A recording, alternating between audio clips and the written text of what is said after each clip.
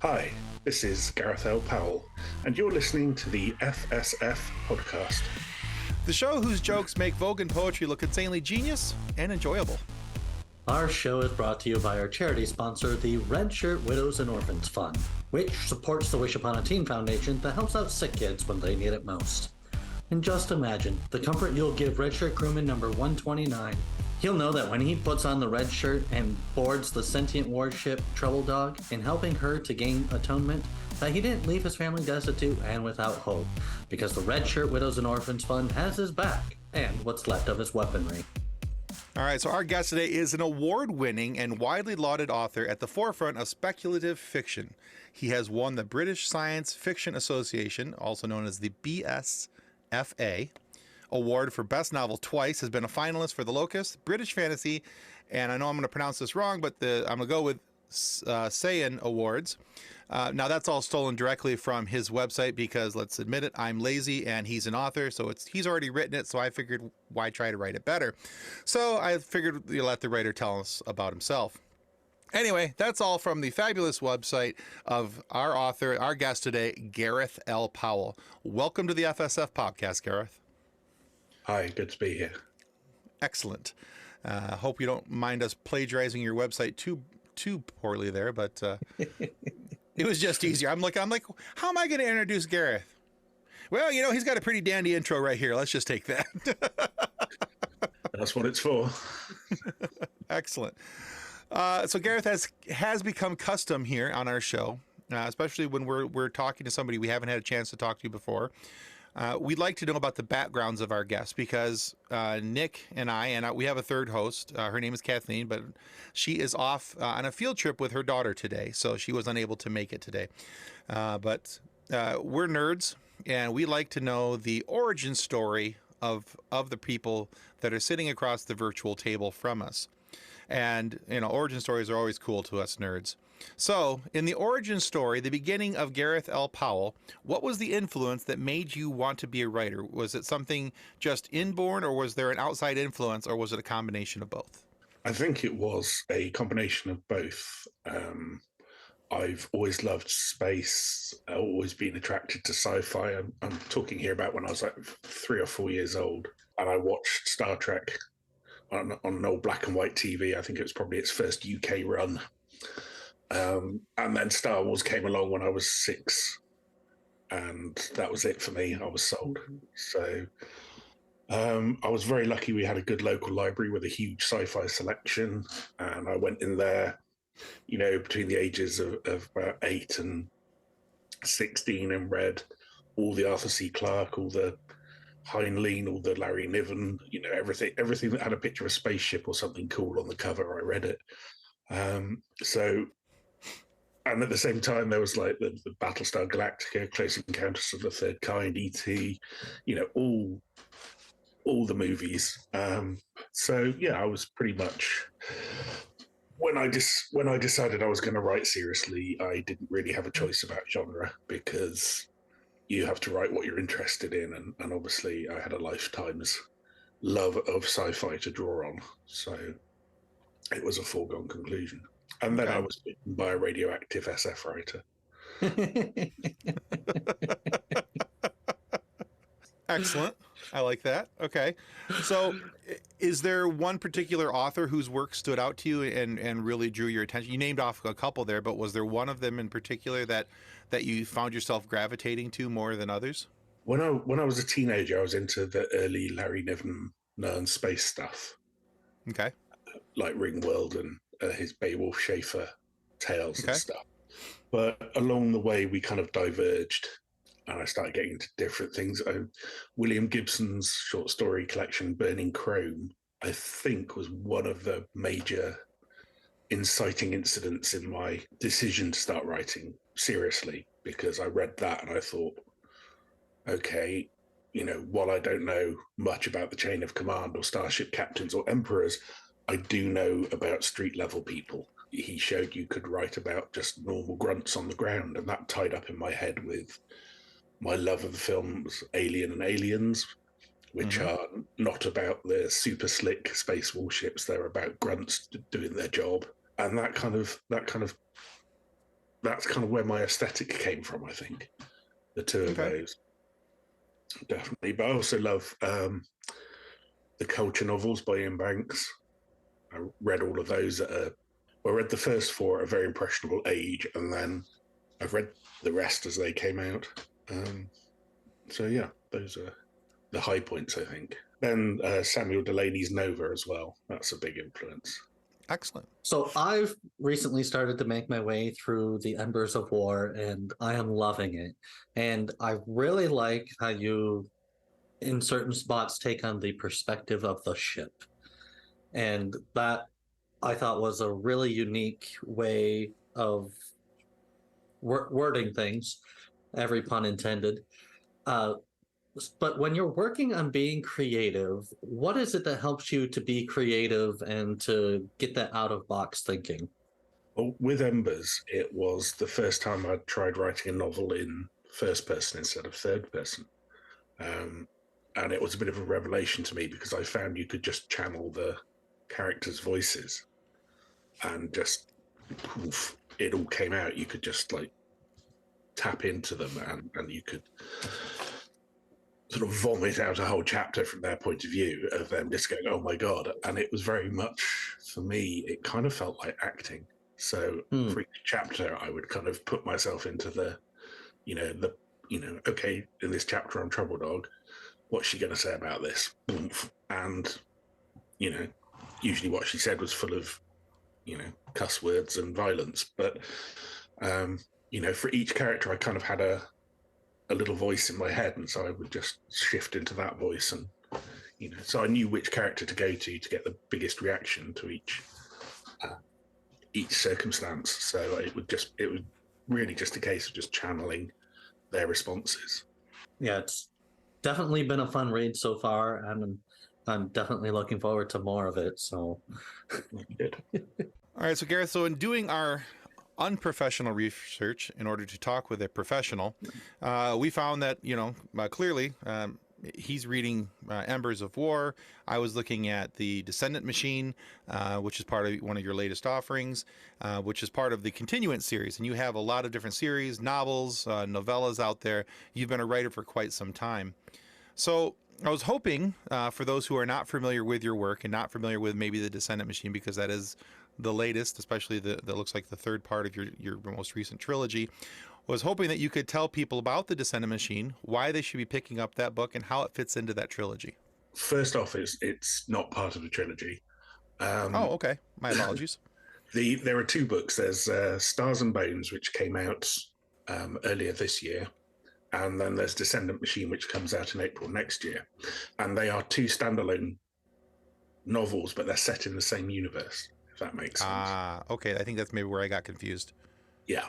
So I was talking to my publisher about this idea I had for this scenario, and she said, why don't we try and do two books, but so people can pick up the second book without having read the first book, and vice versa. So people don't feel they have to collect the series, they can just jump in wherever, which appealed to me. So I set the two books like 50 years apart or something. So there's no real overlap with the characters, and they're self-contained stories, but if you read both of them, you obviously get more because you're more familiar with the background and the situation, which is in Stars and Bones.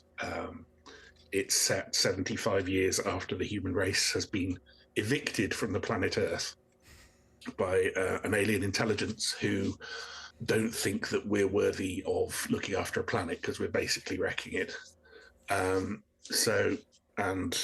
When we accidentally trigger a nuclear war, it says, okay, enough is enough, and steps in and whisks us all onto this fleet of giant arcs and sends us off into space on the strict instructions we're not allowed to wreck any other planets.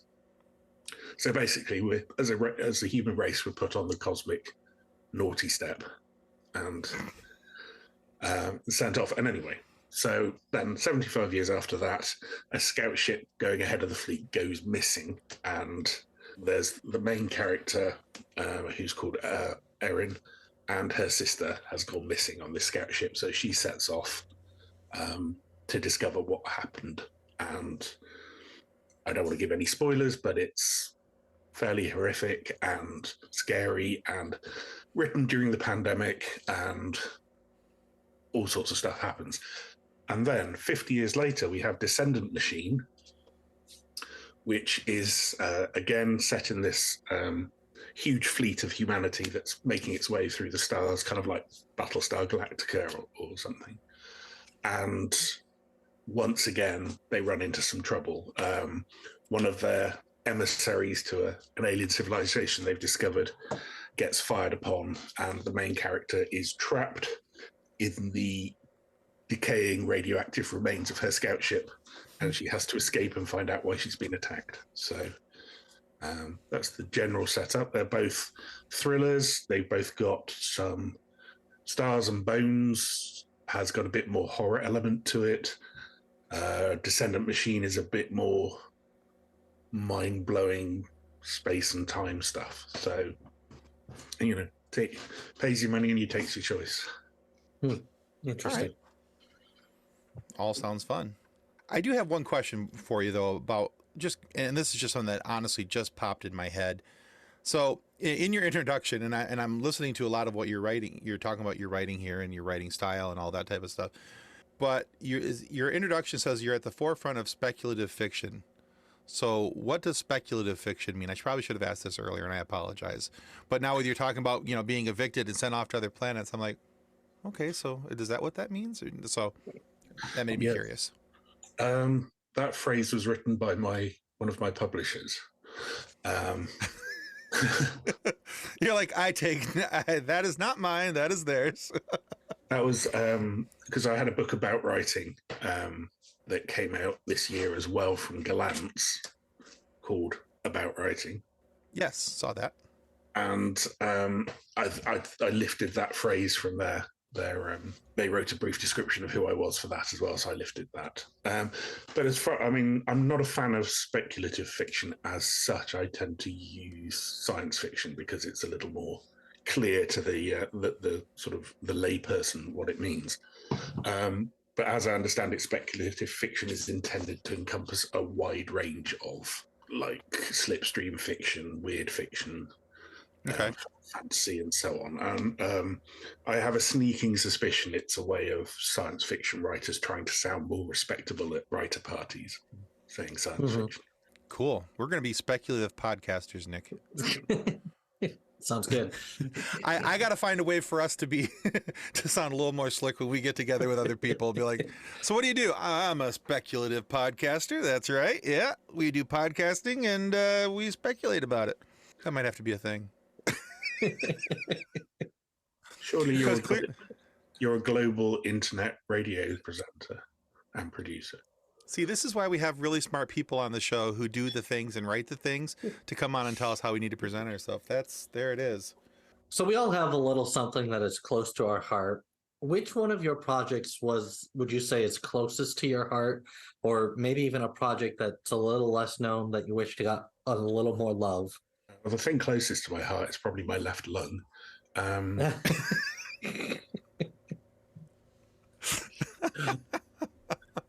But I'm very fond of all the books that I've written.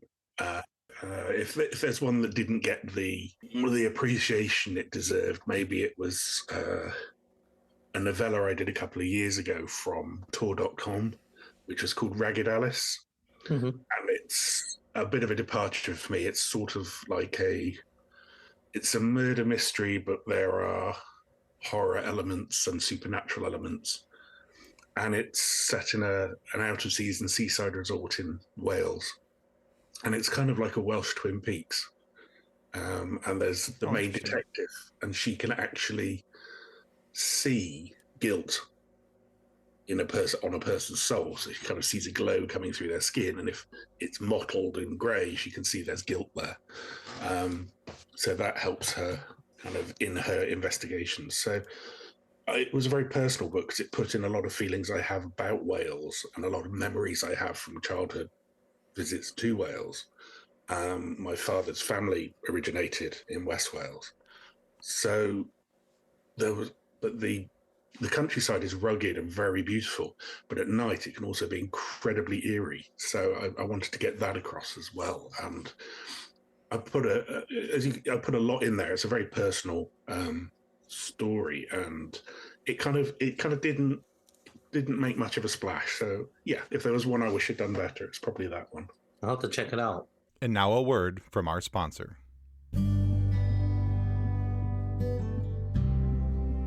Since 1982, Vital Signs and Graphics has been helping professionals with all their image, logo, and design needs.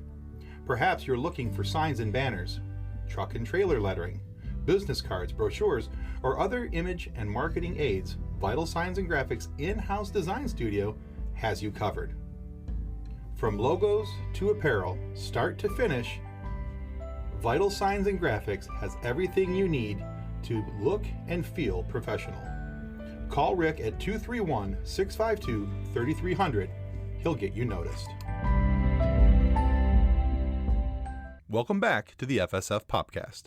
All right, so Gareth, you've also, as we mentioned in the introduction, you've won several awards, including the British Science Fiction Association Award now for novelization twice. You've been nominated for several other awards. We mentioned those in the beginning, and one of which I'm pretty sure I massacred the name and how it's pronounced. But many people, for some people, I should say, I shouldn't say many, but for some people, winning an award, it means absolutely nothing to them. For some people, it means everything.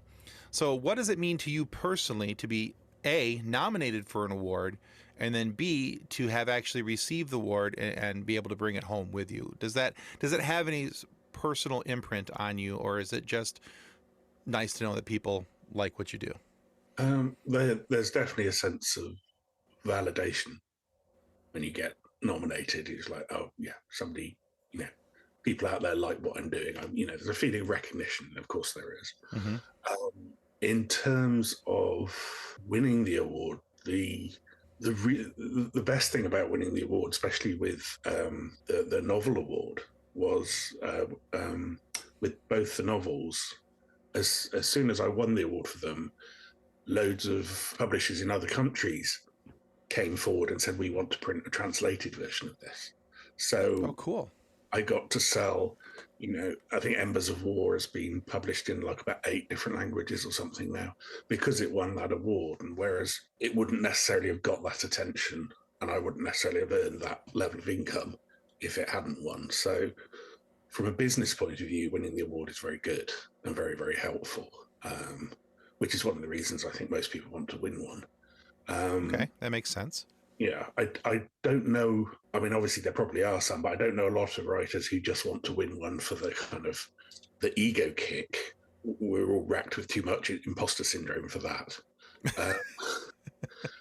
But from a business point of view, it really helps to be able to put a award-winning sticker on the front of the book or something, and it does attract interest from I say other publishers, which is a huge income stream. If you're selling the book to 8 different countries at roughly the same price to each one, it's it's basically money for nothing because you've already written the book. You're just selling it 8 times. And also it brought Embers to the attention of the studio who are currently adapting it for TV.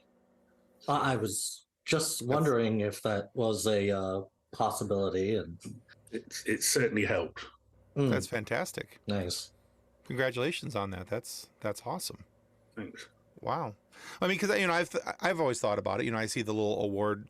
Like, because my daughter's, she collects books like I collect Funko Pops, and so her bedroom walls look like my walls behind me. But it's she has almost a complete library in her bedroom, and we go to Barnes and Nobles and Schuler's Books and all these different bookstores all the time to take her there and let her do some book shopping. And even for myself, as I'm kind of thumbing through, I have to admit that little gold circle down in the bottom that says it's won an award somewhere does catch my attention. It makes me look a little stronger at the book. Okay, well, if this is an award-winning book, what's so special about it? And then I want to figure out what about the book and what's going on. So I can see why that would be helpful from the sales standpoint, because as a consumer, I can say that it is very eye-catching.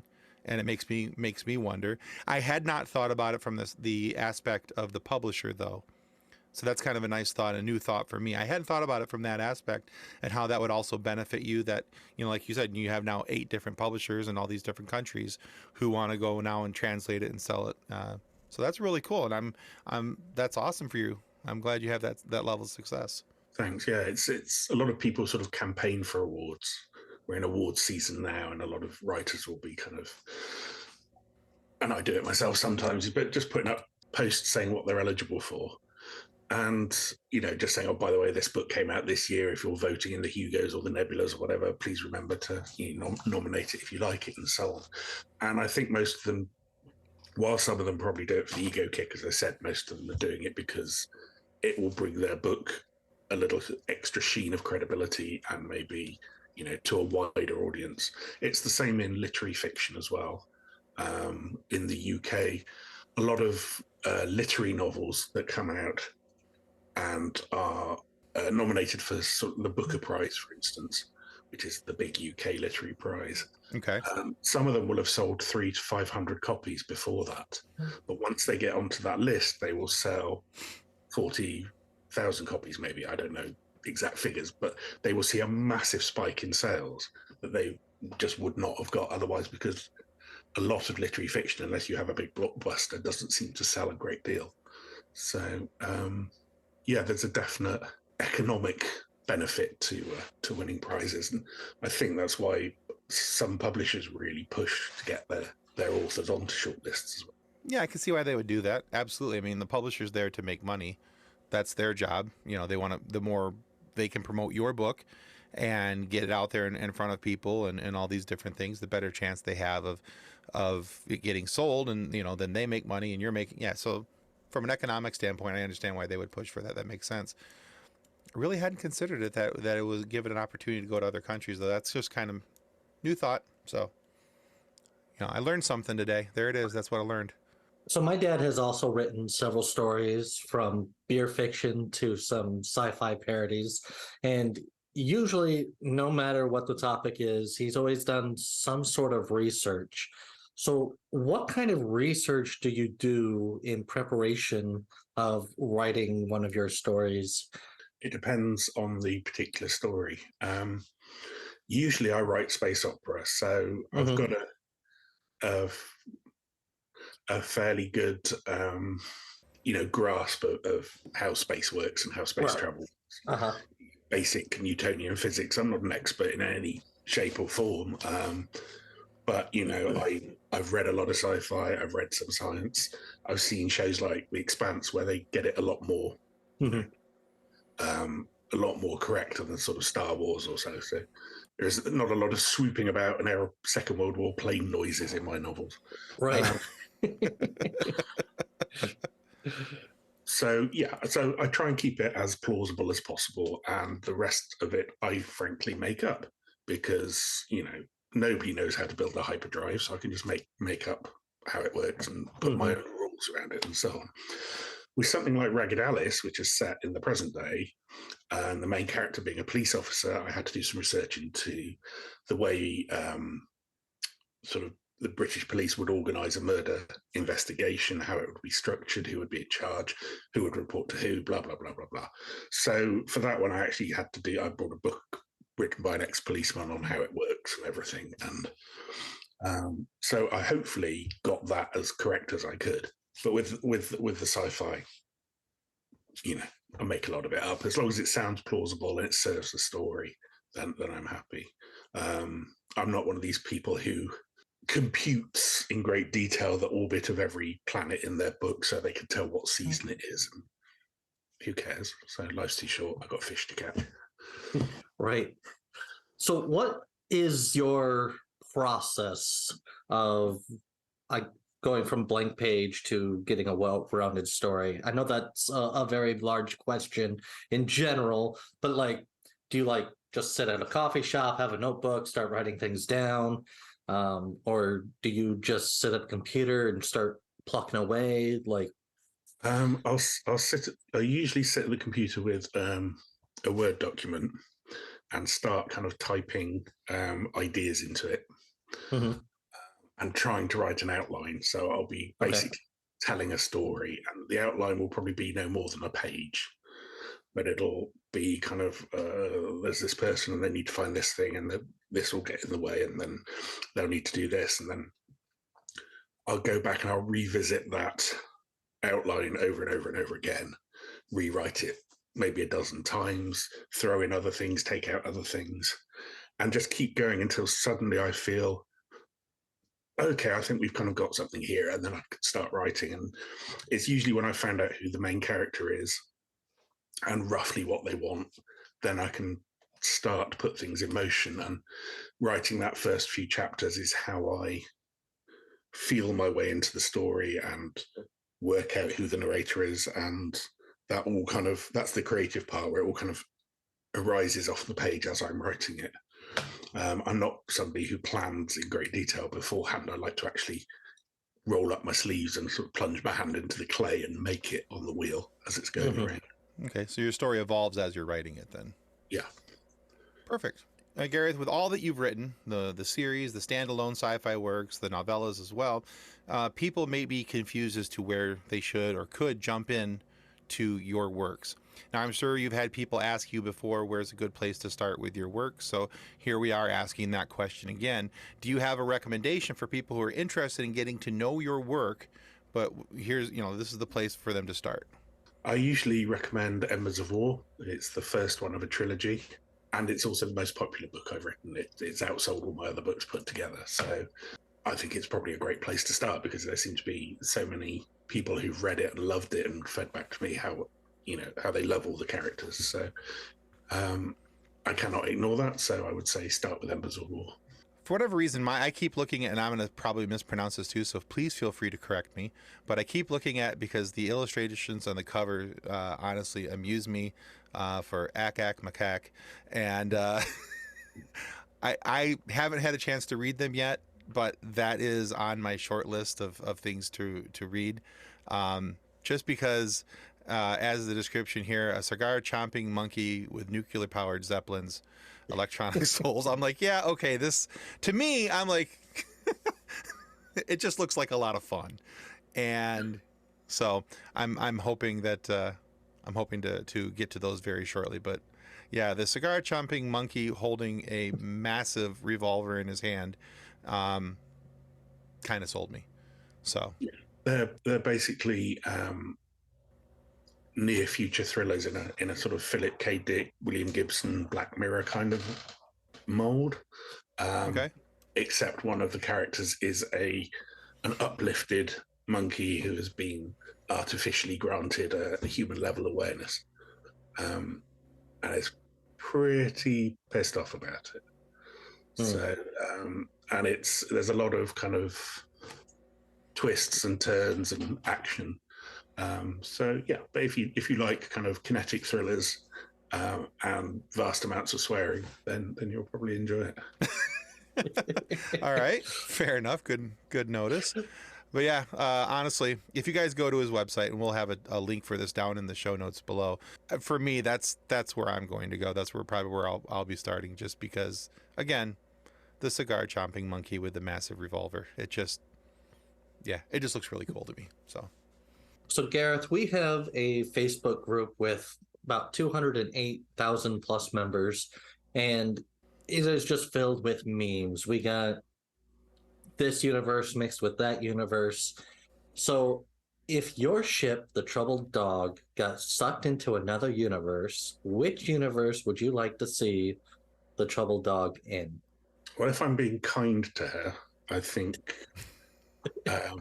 if she got sucked into Ian Banks's culture universe, she would find a lot of other sentient starships who she could hang out with and have a great time. And if I was feeling devilish, I would drop her into the middle of the Star Trek universe, because I think she would go toe to toe with a few Federation ships easily enough, and the Klingons wouldn't stand a chance. So one thing, obviously, because she's got a huge advantage over Star Trek starships in that her bridge is located in the center of the vessel inside another ball of hull plating. So it's like double armored and buried. So it's like a bunker because it's the most important room on the ship. Whereas the Federation like to stick theirs on the top like a hood ornament.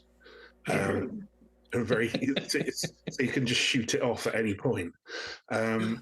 So yeah, I think she could probably. I mean, she is in the book. She's a very sharp aim. She's able to, with her torpedo defense cannons, she's able just to blow somebody's kneecap off about a mile away or something. Mm-hmm. So I think she would have absolutely no trouble at all in taking out most of the Federation fleet by just shooting their bridges off the top of their saucer sections. And she operates on nanosecond sort of timescales, whereas by the time it takes Captain Kirk to scratch himself and tell Scott what to do, then she will have been and gone. So yeah, that's an interesting point, though. Having the most important part of the ship, like a bunker instead of a hood ornament. That's fascinating, and haven't thought of it that way. In Star Wars, it's always the hood ornament.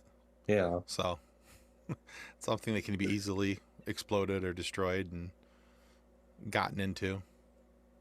Yeah. But somehow they never do. Okay. All right. So Gareth, we always end our show in one of two ways. We either go into a quiz where we ask our guests a random number of things about sci-fi, whatever else it may be, that's something relevant to why the person's here. Or we ask them a silly question. And today we're going to ask you a silly question. All right. So apart from sci-fi, which we have a deep appreciation for, we also have a deep appreciation for all things pulp culture. And that, of course, includes music. So we'd love for you to tell us what song you feel best describes you and why. Good Lord. I have a very wide-ranging musical taste. That's awesome. That's even better. Everything from sort of house music to heavy metal to jazz to, perfect classical opera. So I'm intensely spoiled for choice. What song describes me? Bad to the Bone. There's Sam and Dave's Soul Man. Nice, good choice. Yeah, I don't think I'm quite that cool though. So probably no idea. Lawyers, Guns, and Money. Okay, excellent. That's all good cool choices. Yeah, I like those. I think if I was to pick one for myself, there's the band Three Doors Down. They've got a song called "Running Out of Days." And it's all about how he's always busy. He's never has enough time to get anything done. And it's just the whole song is talking about that. And I'm like, this is way too close to home. I could have written this song. So yeah, I think if for me, that would probably be it. My choice. I used to think it was Paperback Writer till an editor online pointed out all the mistakes in the song. Like, don't do this. No, you don't do that. That's nice. Well, Gareth, thank you so much for being on our show today. Where can our listeners go to find out more about you and your works? Well, they can go to my website, which is GarethLPowell.com, or they can find me on Twitter and Instagram and Mastodon and Hive and probably several other places I can't think of right now because there are so many of them, as Gareth L. Powell. I don't hide behind any pseudonyms or anything. So basically go onto your favorite social media platform and type in Gareth L. Powell and you've got a pretty good chance of finding me. We will make sure that we get those put into our show description so that our listeners can check them out. Thank you. Excellent. And so we want to remind everybody that subscribing is the single most important thing that you can do to help us get more amazing guests like Gareth L. Powell here today to have these discussions and have funny moments for you guys to be able to laugh and enjoy listening to. So please subscribe. It helps us far more than we can ever really describe. And be sure to go to GarethLPowell.com. Check out Gareth's works. He's got some new stuff coming up soon, and you guys are going to want to be able to buy that and check that out as well.